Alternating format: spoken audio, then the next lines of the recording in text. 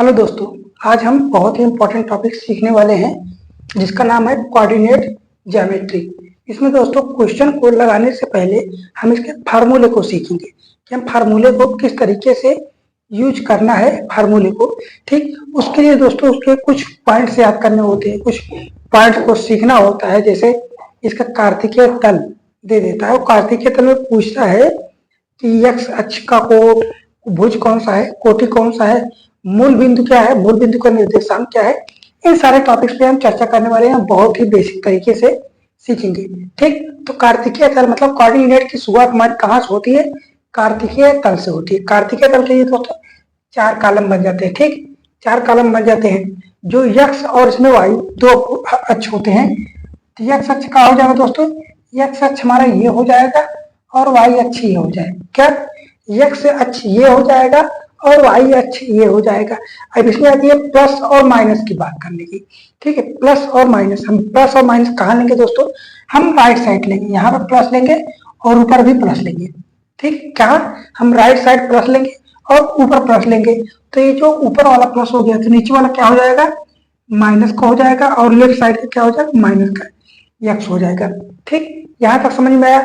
इसके हम क्या बोलेंगे दोस्तों, इसे हम बोलेंगे भुज, इसे हम बोलेंगे भुज और इसे बोलेंगे कोटि।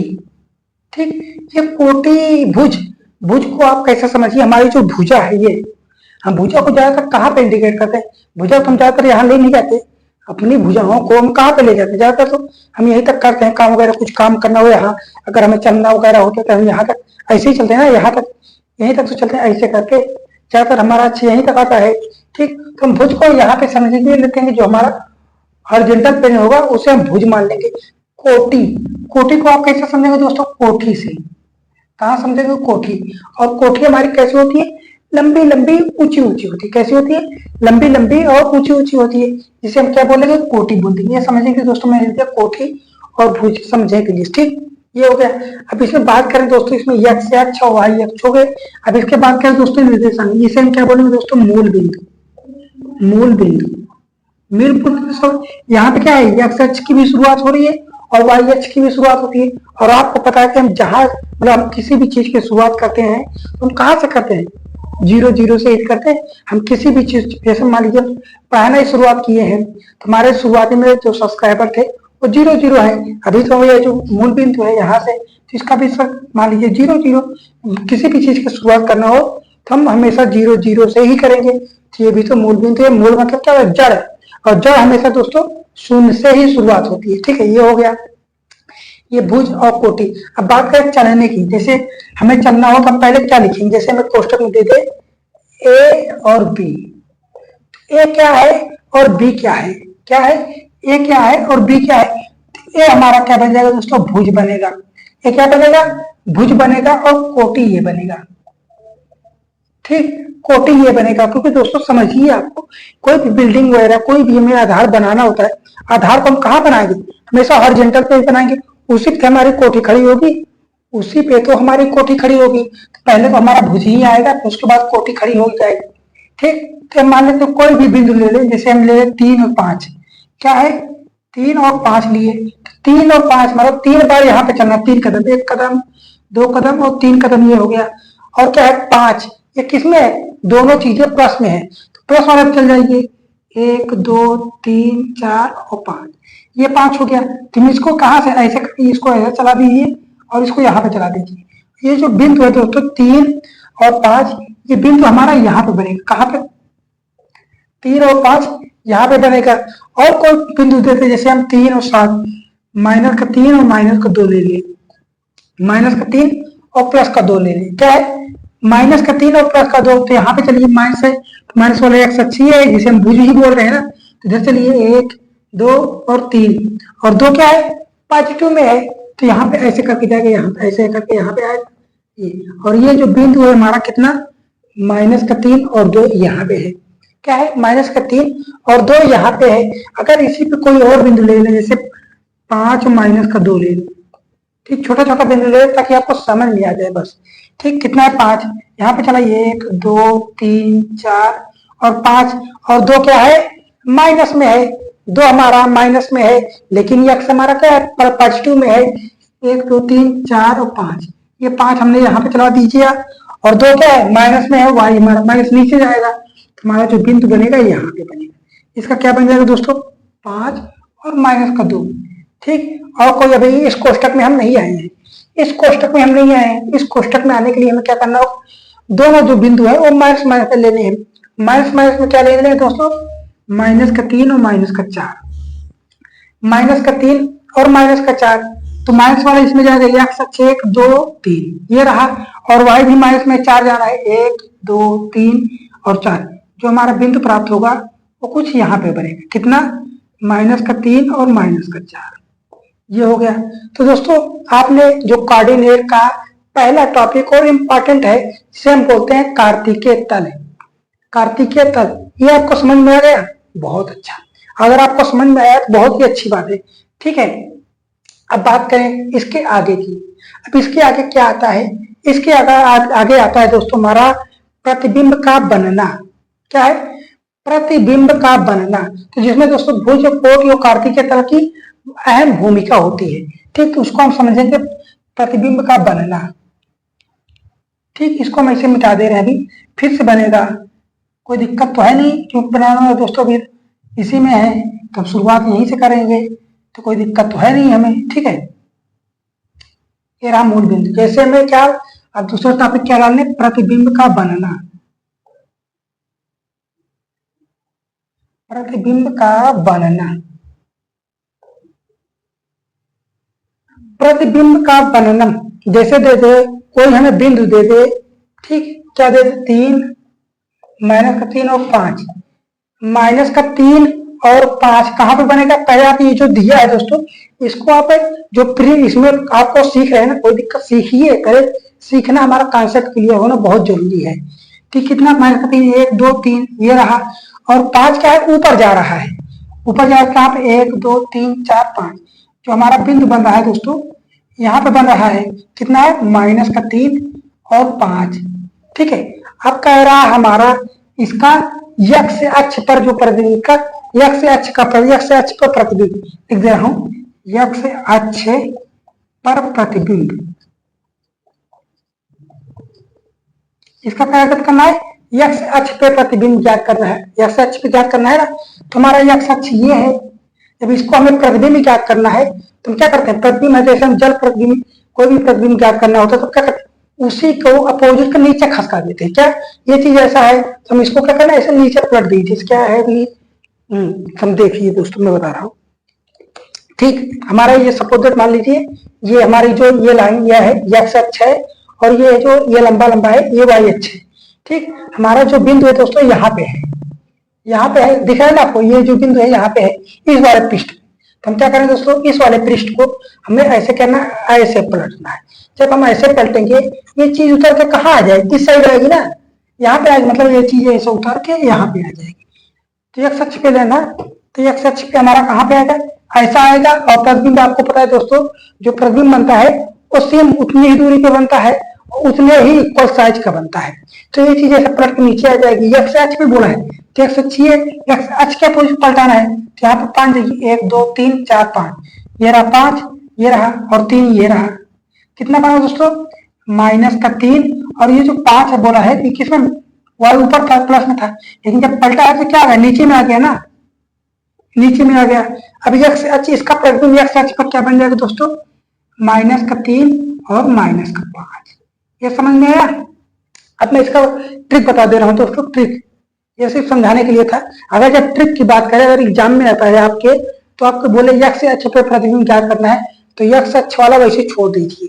जब यक्ष अक्ष की बात करें तो यक्ष वाला इसमें है, तो यक्ष अक्ष को ऐसे लेना है 3, और जब यक्ष अक्ष के सापेक्ष बोले तो यक्ष अक्ष को वैसे ही लिख लेना है। क्या करना है, यक्ष अक्ष को वैसे ही लिख लेना है, और वाई अक्ष वाला वाई वाला जो बिंदु है उसका जो चिन्ह है पॉजिटिव निगेटिव, वो चिन्ह बदल देना। यहाँ पे पॉजिटिव था तो यहाँ पे हम निगेटिव कर दिए, ये हमारा यक्ष अक्ष का प्रतिबिंब बन गया। ठीक है, अब इसी का औसत देखते हैं। जैसे हम कोई और बिंदु ले लें, ये छोड़िए, अभी यहाँ पे 3 है तो यहाँ पे हम 2 कर लें, यहाँ पे 2 कर लें, इसे माइनस का 5 कर लें। ठीक है, वाई अक्ष पे 5 जा रहा है तो ये मिटा दीजिए। अब तो आपको पता है इसका जो प्रतिबिंब बनेगा दोस्तों किसके, एक्स ही अच्छे लेते हैं, एक्स अच्छे, इसका एक्स पर प्रतिबिंब लेंगे, कितना जाएगा, एक्स अच्छा वाला तो वैसे ही जाएगा 2, और वाई अच्छा वाला पॉजिटिव बदल जाएगा, कितना 2 और प्लस का 5 बन जाएगा। इसे हम कैसे बनाएंगे, इसमें देखिए पहले कहाँ पे जाना है, एक्स एच पे 2 कदम जाना है, और तो कहाँ पे जाना है, प्लस वाले में जाना है, तो यहाँ पे प्लस हो गया, और वाई एच पे प्लस में जाना है, कहाँ तक, 5 तक जाना है, 5 तक कहाँ जाएंगे, यहाँ तक जाएंगे, क्योंकि दोस्तों ये बंदा है ना, यहाँ पे कितना जाएगा 2 और 5, ठीक। अब इसे बोला है किसके, एक्स एच के सापेक्ष, तो एक्स अच्छे है, आप इसे क्या करें, इसे पलट दीजिए, ऐसे इसको ऐसे उठा के ऐसे पलटना है, जब हम पलटेंगे तो 2 वाला तो ऐसे ही बनेगा, और 5 वाला यहाँ आके नीचे बन जाएगा, कितना बनेगा 2 और माइनस का 5, ये देखिए ये यहाँ माइनस था, मतलब हमने ये चिन्ह देख लिया, तब ये सपोज दैट इसे ही मान लीजिए, ये माइनस हो जाए। अब आया समझ में, ये था 2 ऊपर था 5, तो यह पढ़ के नीचे कर दिए। अब ये चीज आपको देखना है कि अगर जो चीज बोले कि हमें एक्स अक्ष के सापेक्ष वाई अक्ष के सापेक्ष बोले, तो उसका अगर वाई अक्ष के सापेक्ष बोल रहा है तो वाई अक्ष पे जो बिंदु दिया रहे 3 या 5 को भी दिया दे, उसका चिन्ह हम वैसे रखेंगे और एक्स अक्ष वाला चिन्ह बदल देंगे। अगर एक्स अक्ष के सापेक्ष बोले तो एक्स अक्ष वाला चिन्ह वैसे रखेंगे और वाई अक्ष वाला चिन्ह बदल देंगे। लेकिन इसमें जब मूल बिंदु के सापेक्ष बोलते थे, क्या है, इसी का दे दी, इसी का 2 और 5 का बोलते मूल बिंदु के सापेक्ष, तो हमारा मूल बिंदु ये है ना, ये इसको ऐसे करना है, इसको ऐसे करना है, और ये चीज उठा के ऐसे पलटना है। अब क्या करना है, ऐसे पलटना है। जब हम ऐसे पलटेंगे तो ये चिन्ह कुछ इधर बनेगा ना, यहाँ पे है तो कुछ ऐसे करके यहाँ पे आके बनेगा। कहाँ पे बनेगा, यहाँ पे बनेगा। अब इसमें ये पॉजिटिव में था दोनों, अब इसमें आ गया तो दोनों क्या आ गया, निगेटिव आ गया। क्या है, अगर मूल बिंदु के सापेक्ष बोले,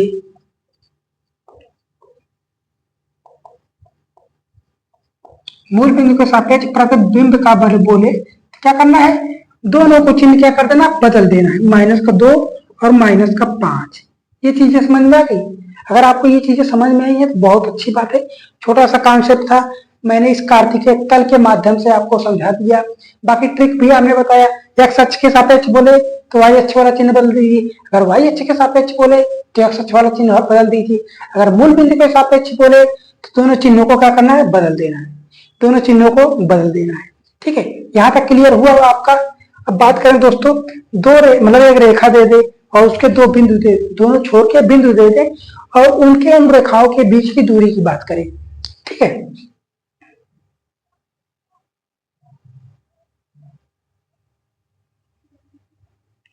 दो बिंदुओं के बीच की दूरी का सूत्र क्या होगा, मैं बता रहा हूं दोस्तों, बहुत ही आसान है।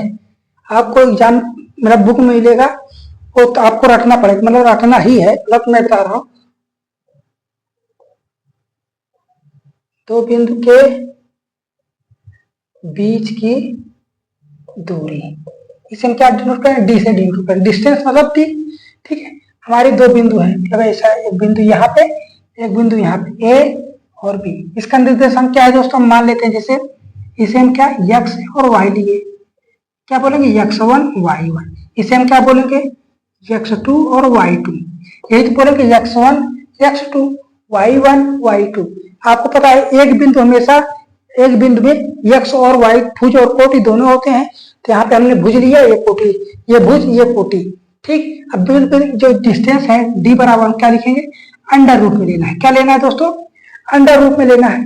अंडर रूट मतलब आपका जो चिन्ह, मतलब डिस्टेंस हमेशा क्या होती है, पॉजिटिव होती है। डिस्टेंस मतलब जो दूरी होती है हमेशा प्लस ही होती है ना, माइनस होता नहीं है। जब माइनस होता नहीं है, हम एक्स अक्ष को लें या वाई अक्ष को लें, बराबर जाएगा हमारा, क्या बनेगा, इसे आप x2 माइनस x1 का whole square, x2 minus x1 का whole square plus y2 minus y1 का होल स्क्वायर, या तो आप ये कर लीजिए या इसी के बराबर आता है दोस्तों, क्या x1 माइनस x2 का whole square plus y1 minus y2 का होल स्क्वायर। ये इसलिए ऐसा हुआ है दोस्तों क्योंकि डिस्टेंस हमेशा क्या होती है, पॉजिटिव होती है, दूरी हमेशा निगेटिव, दूरी तो निगेटिव होती नहीं है। जैसे आपको 4 कदम ऐसे ऐसे करके यहाँ पे जाना है और फिर 4 कदम यहाँ से लौट के ऐसे ऐसे करके यहाँ पे आना है।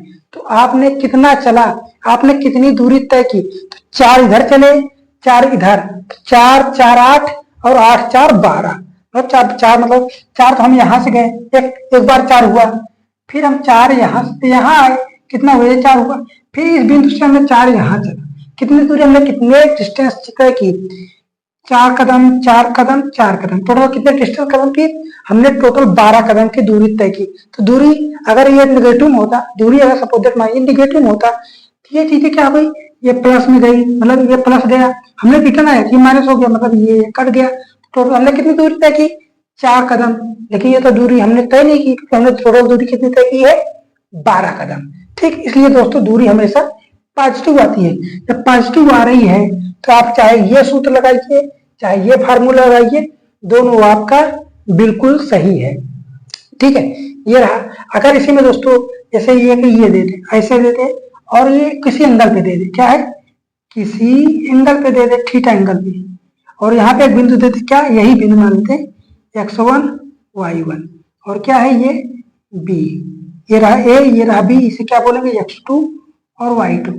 अब इसके बीच की दूरी बात करें, तब इसके बीच की दूरी की बात करें तब क्या हो जाएगा, ये तो सीधा सीधा था, जो हॉरिजॉन्टल प्लेन पे चली हुई दूरी होती है उसमें कोई एंगल नहीं, तो जो दूरी दी जाती है वही दूरी होती है।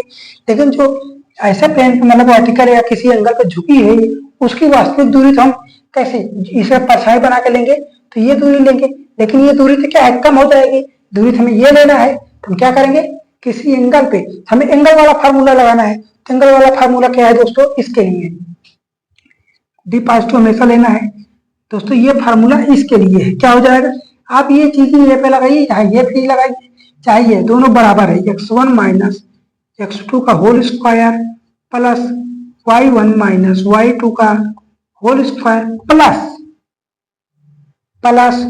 2 ऐसे लिखना है, x1 minus x2 y1 minus y2 कोष्टक में क्या है, काश थीटा।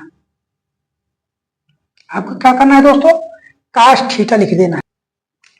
जब यहां तक आपको समझ में आ गया है, ये फार्मूला आपको कहां से बना है मैं बता रहा हूं, A square plus B square plus 2ab, ये चीजें रखना है, क्या, A square plus B square plus 2, ये रहा ए, ये रहा बी।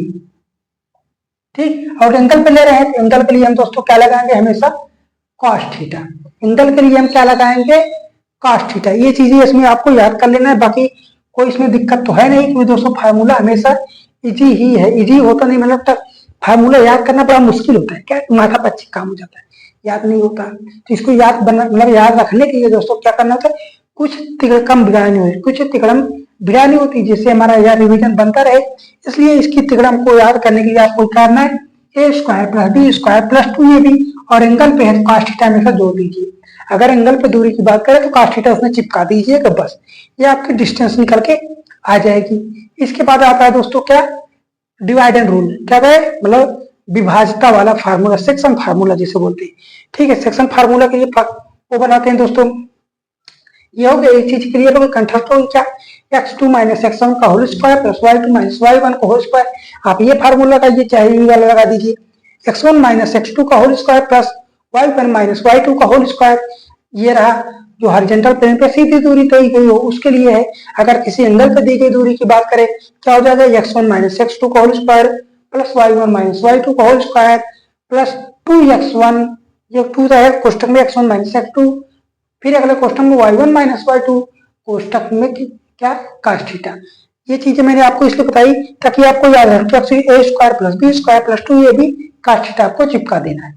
यहाँ तक क्लियर। अब बात करें सेक्शन फार्मूला दोस्तों, सेक्शन फार्मूला, सेक्शन फार्मूला के लिए दोस्तों हमारे पास दो बिंदु दिए हैं, जैसे एक रेखा है, रेखा पे दो बिंदु क्या है, ए और बी, इसका क्या है निर्देशांक, इसका x1 और x2, x1 y1, और इसका क्या हो जाएगा x2 और y2। ठीक, अब इसे दो भागों में डिवाइड होता है, क्या, दो भागों में मतलब दो खंडों में बढ़ जाते हैं, तो अंतर विभाजन करेगा या तो बाह्यता विभाजन करेगा।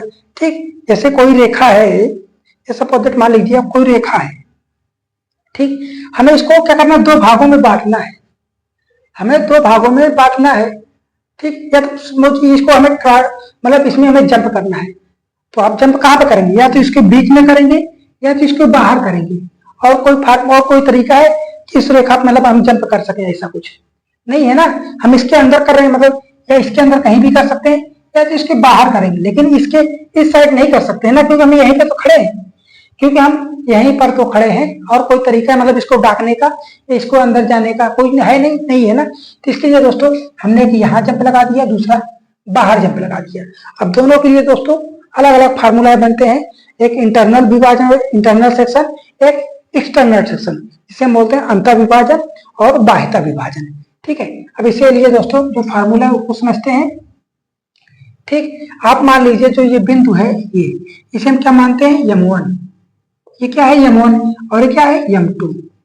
ये क्या है, M2। ठीक है, अब इसका जो विभाजन होता है दोस्तों, अंतर विभाजन। अंतर विभाजन मतलब इंटरनल सेक्शन। इंटरनल सेक्शन के लिए दोस्तों आपको क्या करना है, ये रहा हमारा इंटरनल सेक्शन, यहीं तक है। क्या है, इंटरनल सेक्शन यहाँ तक है।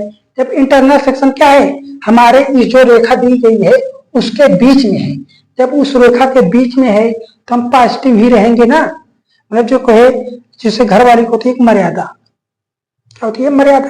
कहते हैं ना तुम मर्यादा में काम करो। अगर हम मर्यादा में काम कर रहे हैं तो घर वालों के लिए अच्छे हैं। जैसे मर्यादा को क्रॉस किए, घर वाले के लिए निगाहों में क्या हो गई, बुरे बन गए। बुरे बन गए मतलब हमारी वैल्यू कम हो गई।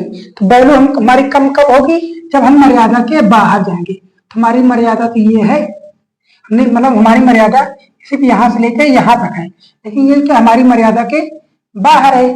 जब मर्यादा के बाहर जाएंगे मतलब एक्सटर्नल सेक्शन में जाएंगे, तो मर्यादा के बाहर गए तो नेगेटिव मतलब हमारी इज्जत कम हो गई। लेकिन हम मर्यादा के अंदर है तो हमारी इज्जत क्या हुई है, बनी हुई है, मतलब हमारी इज्जत बढ़ी हुई है, तो हम पॉजिटिव ले लेंगे। ठीक, ये अंतर सेक्शन के लिए इसे हम क्या बोलेंगे दोस्तों, अंतर विभाजन। तो क्या हो जाएगा, अंतर विभाजन के फार्मूला बनता है दोस्तों, M1, हमने ये लिया M1 X2।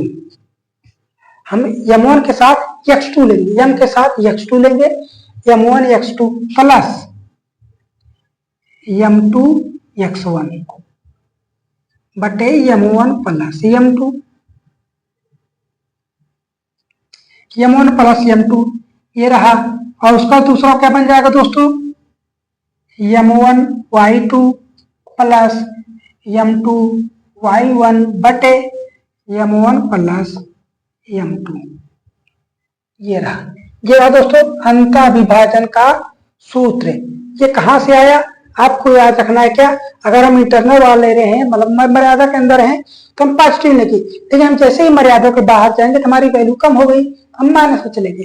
ये चीज होगी अंतर विभाजन के लिए। ये जो ये दिया है यम, ये कैसे पहचानेंगे, यम क्या है, ये अनुपात में दिया रहता है। कैसे, क्या है, M1 रेशियो M2, ये क्या है, ऐसे अनुपात में डिवाइड किया रहता है। ठीक, अंतर विभाजन से समझा गया। बात है दोस्तों बाह्यता विभाजन। बाह्यता विभाजन मतलब एक्सटर्नल सेक्शन। एक्सटर्नल सेक्शन के लिए दोस्तों क्या बनेगा, जैसे हमने बताया ये अंतर था तो पॉजिटिव लिए, जब बाहर हो गए तुम्हारी वैल्यू कम होगी, तो वैल्यू कम होगी मतलब तो इसके लिए क्या बन जाएगा, निगेटिव। जहां जहां पे पॉजिटिव था वहां पे निगेटिव हो जाएगा। क्या हो जाएगा, M1 के साथ हमेशा क्या लेना है, अगर x वाले ले रहे हैं तो क्या हो जाएगा, M1 X2 प्लस, प्रश्न X2 बाहर है तो माइनस लेंगे, फिर M2 X1 बटे M1 माइनस M2। ठीक, और क्या हो जाएगा, M2 X1 M2 M1 Y2 minus M2 Y1 बटे M1 माइनस M2।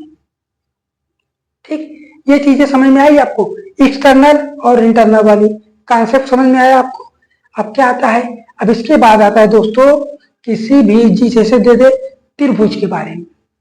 अब आता है त्रिभुज ही तो बच रहा है ना, त्रिभुज के बारे में सीखते हैं। ठीक है, ये हमारे 3 बिंदु हैं जिसके निर्देशांक भी दिए हुए हैं। अब बात आती है इसका क्षेत्रफल ज्ञात करने की। त्रिभुज एबीसी का क्षेत्रफल, त्रिभुज एबीसी का क्षेत्रफल क्या हो जाएगा दोस्तों, इसके लिए दोस्तों आप कैसे कैसे कर सकते हैं। या तो आप ऐसे कर लीजिए, इन दो रेखाओं के बीच की दूरी निकाल लीजिए जो आएगा, इन दो रेखाओं के बीच की दूरी निकाल लीजिए वो जो आएगा, या फिर इन दोनों रेखाओं के बीच की दूरी निकाल लीजिए, फिर हमारी तीनों भुजाएं पता चल जाएंगी। अब तीनों भुजाएं जब पता चल गई तो हीरो का सूत्र निकाल के लगा के इसका सूत्र मतलब इसका आंसर निकाल सकते हैं। ये रहा थोड़ा लंबा प्रोसेस। क्या है? लंबा प्रोसेस। लेकिन हम तो वैसे हैं अच्छे वाले एग्जाम में, जैसे अभी टेन का एग्जाम चलेगा तो आप ये इतना लंबा प्रोसेस करने जाएंगे नहीं। तो इसके लिए दोस्तों इसमें एक फार्मूला आता है। वो फार्मूला क्या है? त्रिभुज के एबीसी,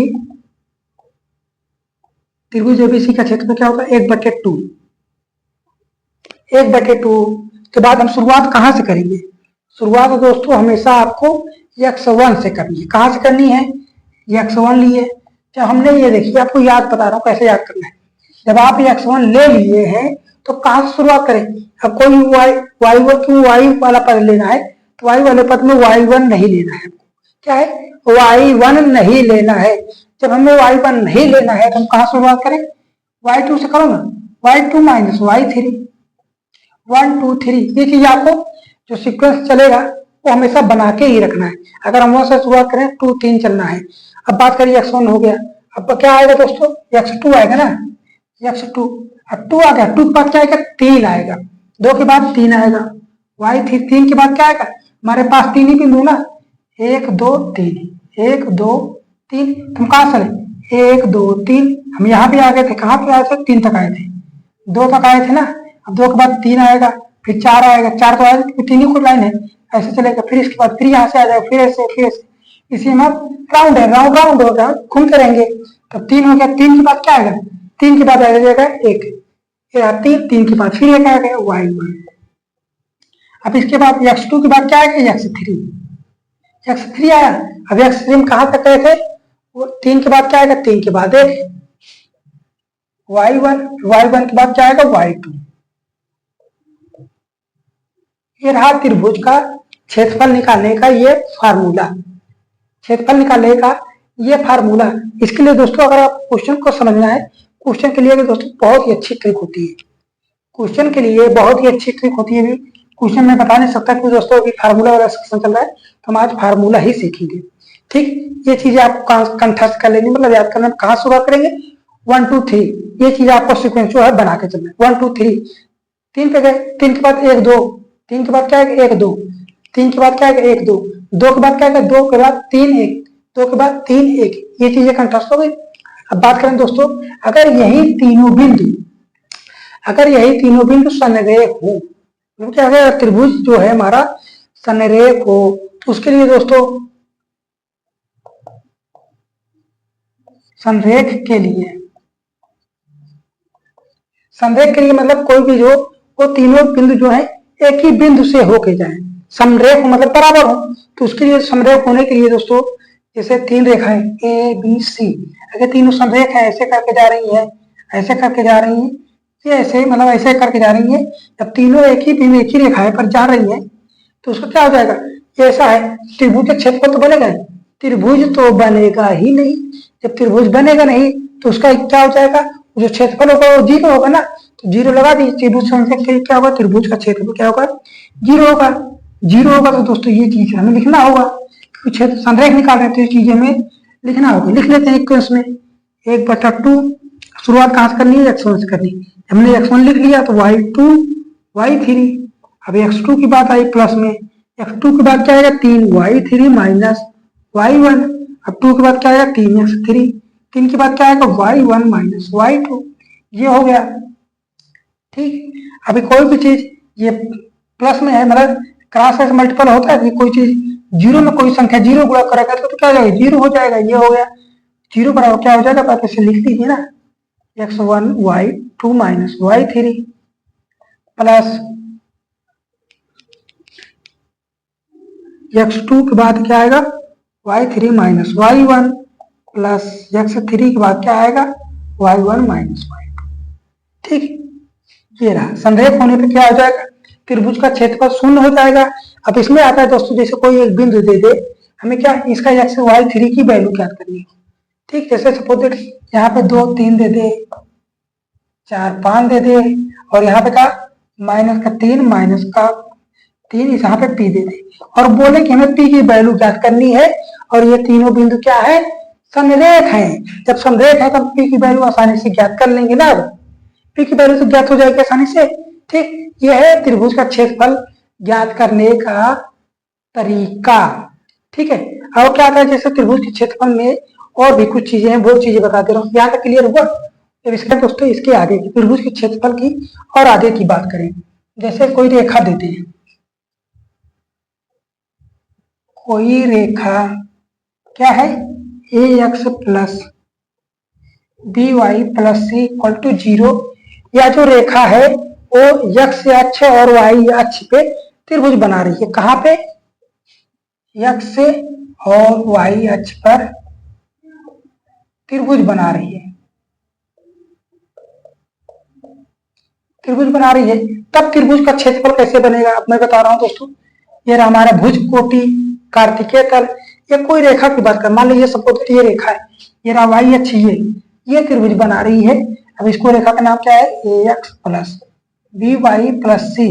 हमें क्या बात करना है, इक्वल टू 0 है, ये y अक्ष हो जाएगा, ये x अक्ष हो जाएगा। हमें अब इस रेखा मतलब यह जो त्रिभुज बना है इसका क्षेत्रफल ज्ञात करना है। तो त्रिभुज का क्षेत्रफल अब हम कैसे ज्ञात, इसके लिए दोस्तों अलग फार्मूला है। इसके लिए जो फार्मूला बनेगा वो क्या हो जाएगा, सी स्क्वायर, क्या हो जाएगा, सी स्क्वायर बटे में क्या जाएगा, ठीक है, ये रहा सी स्क्वायर। अब इसके बटे में क्या जाएगा, 2ab अंडर रूट में, ऐसे नहीं, अंडर रूट में नहीं दोस्तों, ये मॉड का चिन्ह है। ये क्या है, मॉड का चिन्ह है। मॉड का चिन्ह ये बताता है कि त्रिभुज का क्षेत्रफल निगेटिव में नहीं होगा। ठीक, क्या होगा, ऊपर सी स्क्वायर बटे 2ab, सी स्क्वायर बटे 2ab, ये रहा सी, ये रहा बी, ये है ए। ठीक, यहां तक क्लियर हुआ। अब जो बच रहा है दोस्तों, बाकी और कुछ और चीजें बचती हैं त्रिभुज में, वो चीजें भी सीखना बहुत जरूरी है। क्या है, वो चीजें भी सीखना बहुत जरूरी, मैं बता रहा हूँ क्या क्या आपका बच रहा है।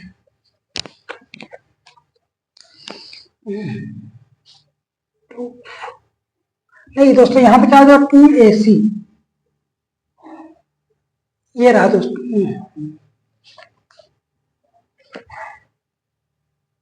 बी ही रहेगा, कुछ दिक्कत नहीं।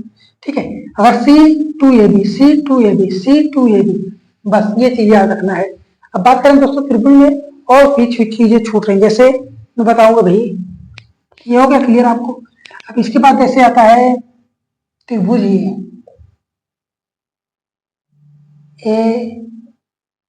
x1 y1 x2 y2 x3 और y3। ठीक, अब बात आती है दोस्तों इसके केंद्रक की, केंद्रक का निर्देशांक,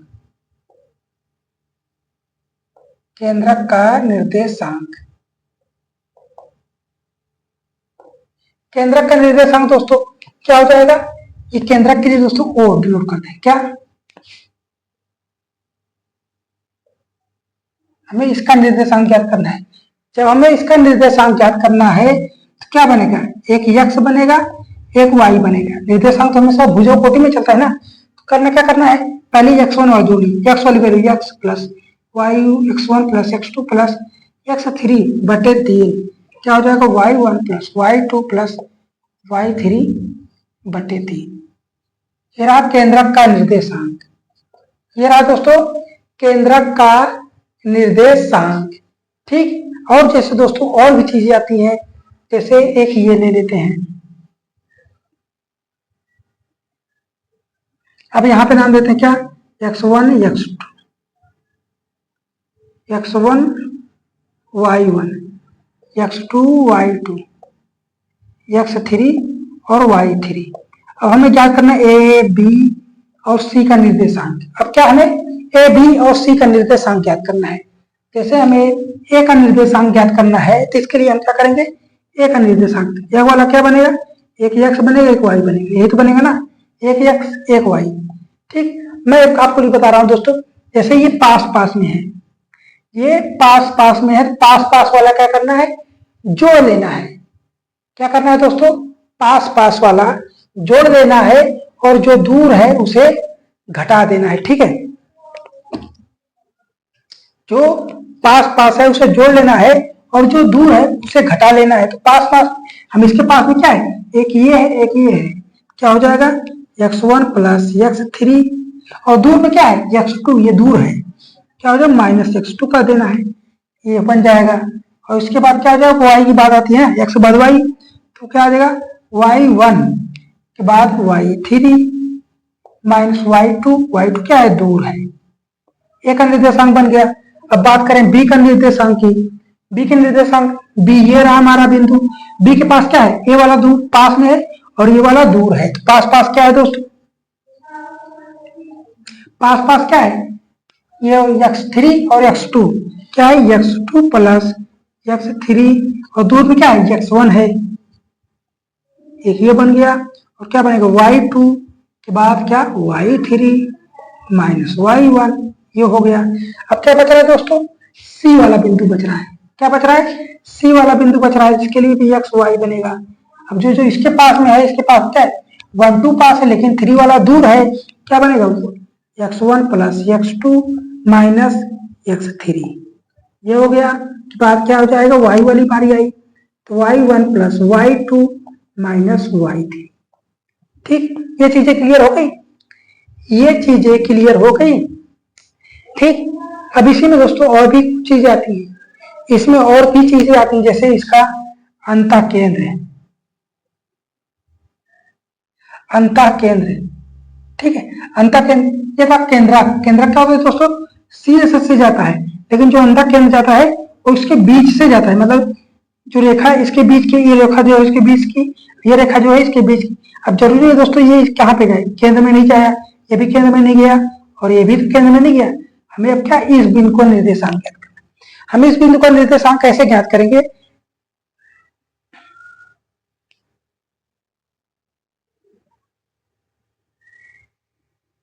हम अभी इस बिंदु का निर्देशांक कैसे ज्ञात करेंगे। ठीक है, मैं एक बात आता हूं दोस्तों, इसके लिए फार्मूला, ठीक है, ये केंद्रक था, अब बात करती है अंतः केंद्रक, अंतः केंद्रक की। ये चीज होगी, ये चीज मिटा दे रहा हूं, अब आता है क्या अंतः केंद्रक, अंतः केंद्र का निर्देशांक। अंतः केंद्र क्या होता है दोस्तों, अंतः केंद्र मतलब हम यहां से अगर कोई वृत्त बनाएंगे तो तीनों भुजाओं को टच करेगा, तो उसका केंद्र की बात आती है दोस्तों, उसके लिए हम क्या ओ से लीड करेंगे, तो ओ बराबर क्या हो जाएगा ए x1 b x2 plus C x3, क्या बनेगा A x1 plus b x2 plus C x3 बटे A plus B plus C, ये हो गया। अब y की बात आती क्या, A y1 plus B y2 plus C y3 बटे A plus B plus C, ये आपके अंतः केंद्र का निर्देशांक हो गया, ये आपके अंतः केंद्र का निर्देशांक हो गया। अभी दोस्तों इसमें प्रवणता की बात आती है, प्रवणता के लिए दोस्तों भी मैंने बताया नहीं प्रवणता होती क्या, इसलिए दोस्तों प्रवणता वाला फार्मूला इसमें जो लगेगा वो चीजें भी नहीं बताएंगे। प्रवणता की बात करें, ये चीजें क्लियर होगी, त्रिभुज से रिलेटेड जो चीजें थी वो क्लियर हो गई, ठीक है, यहाँ तक क्लियर हुआ। अब बात करें दोस्तों चतुर्भुज, यहाँ पे हो गया ना सर, अब बात करते हैं चतुर्भुज की।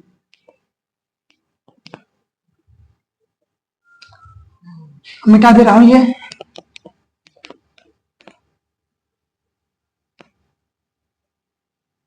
जैसे हम कोई चतुर्भुज ले लें, ये रहा, कोई भी ले लीजिए, वर्ग हो आया तो कोई भी, ए बी सी और डी, इसे क्या होगा x1 y1 x2 y2 x3 y3 और x4 y4, ठीक, आप ऐसे बिखर डाल दीजिए, ये वाला आपने ये पेड़ डाला, अब क्या एक त्रिभुज ये बन गया और दूसरा त्रिभुज ये बन गया, बन गया ना, तो त्रिभुज, एक त्रिभुज थे क्या ए बी डी और दूसरा त्रिभुज बी सी डी, दो त्रिभुज बन गए।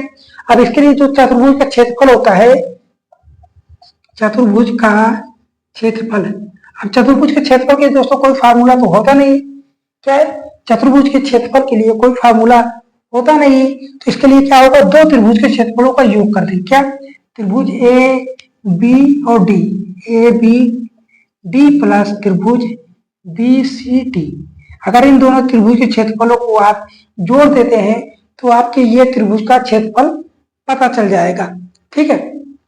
अब जैसे इसी में भी कोई बिंदु का निर्देशांक ज्ञात करना हो, जैसे हमारा इसका सी है दिया है, क्या है, हमें इस चीज का निर्देशांक ज्ञात करना है, जैसे सी का, तो हम क्या करेंगे, इसके पास पास में ये है, इसके पास पास में क्या करेंगे, x4 प्लस x2, और दूर में क्या है, x1 है, दूर में क्या है, x1 है, तो x1 को घटा देंगे और जो निर्देशांक बचेगा इसका हो जाएगा। अगर इसका ज्ञात करना है तो इन दोनों जो पास पास में इनको जोड़ के दूर वाला घटा देना है, ये बन जाएगा। ये चतुर्भुज के जो प्रॉपर्टी थी वो चीजें हमने बता दी। अब बात करें दोस्तों प्रवणता की, ठीक है। आज एक वीडियो होगा वो पूरे फार्मूले से रिलेटेड होगा, और कल जो वीडियो आएगा वो क्वेश्चन से रिलेटेड होगा। त्रिभुज का क्षेत्रफल, दो बिंदुओं के बीच की दूरी, त्रिभुज का क्षेत्रफल, अंतः केंद्रक, केंद्रक की बात करें। अब बात आती है तो प्रवणता की। प्रवणता को किससे डिनोट करते हैं, यम से। प्रवणता को हम किससे डिनोट करते हैं, यम से। कोई रेखा दे देगी, कोई रेखा दिया रहे, क्या, A X plus B Y plus C equal to 0। और रेखा दोस्तों हमेशा इसी फॉर्म में लिखना है आपको, रेखा को हमेशा इसी फॉर्म में लिखना है। तो इसके लिए जो प्रवणता बनेगी, प्रवणता y बराबर क्या होता है, यम एक्स प्लस सी, y बराबर यम एक्स प्लस सी। और जो यम है, यम क्या है, प्रवणता है। यम क्या है दोस्तों, प्रवणता है। और प्रवणता के लिए जो फार्मूला बनता है वो बनता है यम बराबर आता है आपका माइनस एक्स का गुणांक बटे y का गुणांक। ठीक, अब x का गुणांक क्या है, x का गुणांक ये है, y का गुणांक ये है। हमें क्या करना है, इस पक्ष में लाना है, इस रेखा को हमेशा इस रूप में लेना है। इस रेखा को हम इस रूप में लेते हैं, क्या बनेगा, y वाला इस साइड है, लिखेंगे क्या, A X minus C equal to क्या है, बी वाई। बी वाई में यही तो बनेगा ना, लिख दे रहा हूं यहां से, क्या बनेगा, बी वाई बराबर, ठीक, उधर जाएगा, ये पॉजिटिव में उधर जाएगा, क्या बन जाएगा, माइनस ए एक्स बनेगा, सी क्या उधर जाएगा, माइनस बन जाएगा सी। अब इसको क्या, हमें y के फॉर्म में लेना है, तो y बराबर क्या करेंगे, सी वाला नीचे सब पे ढकेल देंगे, तो क्या बनेगा, ए एक्स बटे बी प्लस माइनस हो जाएगा ना, माइनस सी बटे बी। अब प्रवणता क्या निकल के आती, ए, यही तो प्रवणता, यही तो यम है ना, तुलना करेंगे तो ये बनेगा। हमने क्या बताया, यक्स का गुणांक, यक्स अक्ष वाला गुणांक क्या है, ये है ए, ठीक, और वाई अक्ष का गुणांक क्या है, वाई अक्ष का गुणांक है बी, वाई अक्ष का वाला गुणांक क्या है, बी। अब माइनस है तो माइनस लगा देंगे, ये बन गया आपका। अब यहीं पे देखिए, अब क्या है, यक्स अक्ष का गुणांक ए, बी वाई अक्ष का गुणांक बी, लेकिन यक्स अक्ष के साथ क्या है, माइनस है, तो हमने माइनस लगा दिया। अब आप चाहे इस फार्मूले से कीजिए, तो आप इस रेखा को इस रूप में आप लेके आइए, तब आपकी प्रवणता निकल जाएगी। ठीक, दोनों चीजें हैं, आपको कंसंट्रेट करनी है और फोकस बना के रखना है। ठीक, और प्रवणता के लिए क्या होता है दोस्तों, प्रवणता के लिए क्या होता है, y2 माइनस y1 बटे x2 माइनस x1। ठीक, ये तब होता है जब दो बिंदु दिए हैं, क्या है, जब दो बिंदु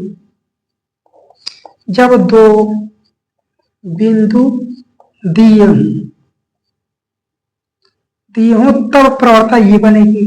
ठीक, आप इसको कैसे लिख सकते हैं, या तो आप लिख सकते हैं क्या, y1 माइनस y2 बटे x1 माइनस x2। ये दोनों चीजें आपके प्रवणता के लिए बिल्कुल सही है, ये दोनों चीजें आपकी प्रवणता के लिए बिल्कुल सही है। ठीक है, अब बात करें दोस्तों अभी अब त्रिभुज की। अब त्रिभुज हमें अब बताना चाहिए, इसलिए दोस्तों मैं नोट्स ले लेके पढ़ा था कि मेरे सीक्वेंस जो है बनता रहे। ठीक, अब चलिए जाने दीजिए, त्रिभुज में बता दीजिए। अगर त्रिभुज में दोस्तों अगर बात करें, अगर त्रिभुज के तीनों बिंदु समरेख हैं, तब उसमें प्रवणता क्या हो जाएगी, लिख दे रहा हूं यहाँ, क्यों गई आप निकाल दूंगा।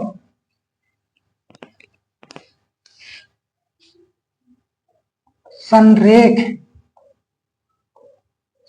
होने पर क्या हो जाएगा दोस्तों, m1 बराबर m2 बराबर m3। ये तीनों रेखा मतलब तीनों बिंदुओं की जो प्रवणता होगी वो बराबर होगी। ठीक है, ये तीनों बिंदुओं की प्रवणता जो होगी बराबर होगी। ठीक है, ये हो गया। अब इसके बाद अगला फार्मूला क्या आएगा, अगर दो रेखाएं समांतर हैं, अगर दो रेखाएं दोस्तों, ये हो गया, यहां पर मिटा दूं, हमने भी प्रवर्तक वाला सीखा। अब इसके बाद आता है दोस्तों, अगर दो रेखाएं, क्या है, दो रेखा अगर समांतर है, अगर दो रेखा समांतर है मतलब ऐसी हैं, रेखा ए और बी क्या है, समांतर है। जब समांतर है तो इसकी प्रवणता क्या हो जाएगी दोस्तों, बराबर हो जाएगी। क्या होगी दोस्तों, m1 बराबर m2 हो जाएगा। ठीक, ये रहा। अगर यही रेखा लंबवत हो, लंबवत होने पर क्या हो जाएगा दोस्तों, m1 गुणे m2 बराबर -1। ठीक, ये हो गया। अगर दो रेखाओं, कुछ आपके क्या फार्मूले हैं, लिखते जाइए फार्मूला। जो चीजें मैं बता रहा हूँ फार्मूला हो क्या, आपके एग्जाम में छोटे छोटे मतलब ये लंबे लंबे सवालों को अगर ये सारे फार्मूले यूज करते जाएंगे, याद रहेगा आपको, तो आप लगा क्वेश्चन को इजी बना सकते हैं। ठीक, अब क्या आता है दोस्तों, इसके बाद अगर दो प्रवणता दी है, दो प्रवणता दी हो तो tan थीटा बराबर क्या हो जाएगा दोस्तों, m1 minus m2 1 plus m1 into m2 mod में रहेगा। ठीक, tan थीटा बराबर ये बनेगा। ठीक है, और क्या आता है दोस्तों, अगर जैसे रेखा का समीकरण क्या आता है, रेखा का समीकरण क्या होता है दोस्तों, y माइनस y1 बराबर m x माइनस x1 ये बनेगा। और m के लिए दोस्तों हमने क्या फार्मूला बताया, इसके लिए क्या होता है, y1 माइनस y2 बटे x1 माइनस x2, एक कोष्टक में ये हो जाएगा क्या, x माइनस x1 और यह क्या हो जाएगा y माइनस y1। आप ये चीजें लगा के अगर कोई दो बिंदु दे दे, जैसे बिंदु क्या दे दे, x1 y1 और x2 और y2, इन दो बिंदुओं से जाने वाली रेखा का समीकरण ज्ञात करने के लिए देता है एग्जाम में। दो बिंदु दिए हैं, उन दो बिंदुओं से जाने वाली रेखा का समीकरण, जब रेखा का समीकरण की बात आए तो आप ये वाला फार्मूला लगा के क्वेश्चन को सॉल्व कर सकते हैं। ठीक, यहां तक हो गया, और कुछ भी छूट रहा है, दिमाग में कुछ आ नहीं रहा है। अब इसके बाद क्या आता है, इसके बाद आता है दोस्तों, जैसे दो समांतर रेखाओं की बीच की दूरी, क्या आता है, दो समांतर रेखाओं की बीच की दूरी, यहां तक क्लियर है, ये मिटा दे रहा हूं। दो समांतर रेखा के बीच की दो दूरी, जैसे एक रेखा ये दे दे, एक रेखा ये दे दे, इसे क्या a और b। ठीक, ये रहा इसके बीच की दूरी, इसे हम क्या करेंगे, d से डिनोट करेंगे। रेखा क्या है, इसके a1 x1 plus a2 ax1 b a1x by plus c1 equal to 0। इसका क्या हो जाएगा, a2x plus b2y plus c2 equal to 0।